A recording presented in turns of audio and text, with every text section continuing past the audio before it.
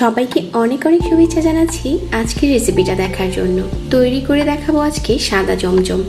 বাংলাদেশি মিষ্টির দোকানগুলোর সাদা চমচমটা অনেকেই পছন্দ করেন, আর সেই সাথে খেতেও অনেক বেশি ভালো লাগে। ঠিক দোকানের মতো করে আজকের চমচমটা শেয়ার করব। আর মিষ্টি তৈরিতে থাকবে অনেক টিপস, একটু ফলো করে বানিয়ে নিলে আপনার চমচমটাও দেখতেও সুন্দর হবে, খেতেও অনেক বেশি মজার হবে। চমচম তৈরি করার জন্য লাগবে আমাদের ছানা। আমি এখানে 1.5 লিটার দুধের ছানা নিয়েছি, তারপর 1 টেবিল চামচ সুজি, আর সেই সাথে 1 টেবিল চামচ চিনি আর 1 টেবিল চামচ ময়দা নিচ্ছি। আর এখানে হাফ চামচ দিয়ে দিচ্ছি বেকিং পাউডার। এটা কিন্তু আমি বেকিং সোডা নিইনি, বেকিং পাউডার নিয়েছি। এখন ছানার সাথে সবগুলো উপকরণ মিশিয়ে নেব। তবে মিষ্টি তৈরি করার জন্য ছানাটা আমরা কিভাবে তৈরি করব, আমি আগে একটা রসগোল্লা শেয়ার করেছিলাম, আর ওইটাতে আমি ছানা কিভাবে তৈরি করতে হবে ওই প্রসেসটা দেখিয়ে দিচ্ছি। ওই রেসিপি দেখে ছানাটা বানিয়ে নিতে পারবেন। তো এখন কথা বলতে বলতে আমাদের ছানাটা মাখানো হয়ে গেছে। এখন এখান থেকে ছোট ছোট ডো করে নিচ্ছি আর চমচমে শেপ দিয়ে দেব। চমচম দেখতে লম্বাটে থাকে, সবগুলো চমচম আমি লম্বা করে বানিয়ে নিচ্ছি। আর আমার এখানে আজকে 1.5 লিটার দুধের ছানা দিয়ে 8টার মতো চমচম হয়েছে।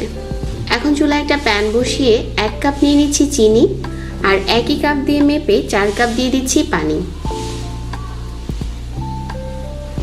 প্রথমে আমরা শিরাটা অনেকটা পাতলা করে তৈরি করছি, এই জন্য আপনাকে 4 কাপ পানি দিতে হবে। যখন ফুটতে শুরু করবে ওই সময় চুলাটাকে একটু কমিয়ে নিতে হবে, আর চমচমগুলো দিয়ে দিতে হবে। মিষ্টি ছাড়ার সময় অনেকটা বলক ওঠানো শিরাতে ছাড়বেন না, চুলাটাকে কিছুটা কমিয়ে নেবেন। সবগুলো মিষ্টি দেওয়ার পর ঢাকনা দিয়ে ঢেকে দিতে হবে। আর 5 মিনিট পরেই দেখা যাবে যে অনেকটা ফুলে গেছে। আমি একটু ঢাকনাটা খুলে আপনাদের সাথে শেয়ার করছি যেটা কতটা ফুলেছে। আমাদের চমচম কিন্তু আরও অনেক ফুলে যাবে। 5 মিনিট পর আমি একটু নাড়িয়ে চাড়িয়ে দিয়ে আবারও ঢাকনা দিয়ে ঢেকে দিচ্ছি 10 মিনিটের জন্য।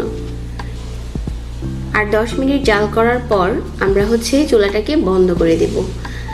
চুলাটাকে বন্ধ করে দেওয়ার পরেও ঢাকনাটা খোলা যাবে না। অনেক সময় গরম অবস্থায় ঢাকনাটা খুলে দিলে মিষ্টিগুলো কিন্তু চুপসে যেতে পারে।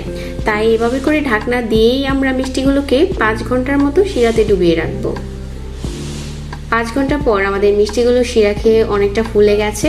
এখন এই মিষ্টিগুলোকে একটা স্ট্রেনারে নিয়ে শিরাটা ঝরিয়ে নিচ্ছি, কারণ চমচম শুকনা থাকে, এই জন্য স্ট্রেনারে 10 থেকে 15 মিনিট রেখে দিলেই শিরাটা খুব সুন্দর করে নিচে পড়ে যাবে। তারপর এখান থেকে মিষ্টি নিয়ে মাওয়াতে গুঁড়িয়ে নিতে হবে। এই মাওয়াটা আমার নিজের হাতে তৈরি করা, তবে কেউ যদি মাওয়ার রেসিপি দেখতে চান আমাকে কমেন্ট করতে পারেন।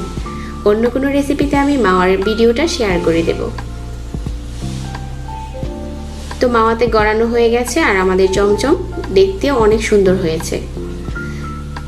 তো সবগুলো মিষ্টি আমি সাজিয়ে নিয়েছি। তবে এখন অনেকেই অপেক্ষা করছেন যে মিষ্টির ভিতরের টেক্সচারটা কেমন হয়েছে ওইটা দেখার জন্য। তো চলুন এখন একটা চমচম কেটে শেয়ার করি। তো আমাদের চমচমটা কিন্তু দেখতে শুধু সুন্দর না, খেতেও অনেক বেশি মজার হয়েছে, আর ভিতর থেকেও খুবই সুন্দর হয়েছে। আশা করছি আমার আজকের রেসিপি ভালো লেগেছে সবার কাছে। আর সবাইকে আবারও অনেক অনেক ধন্যবাদ জানিয়ে বিদায় নিচ্ছি। আল্লাহ হাফেজ।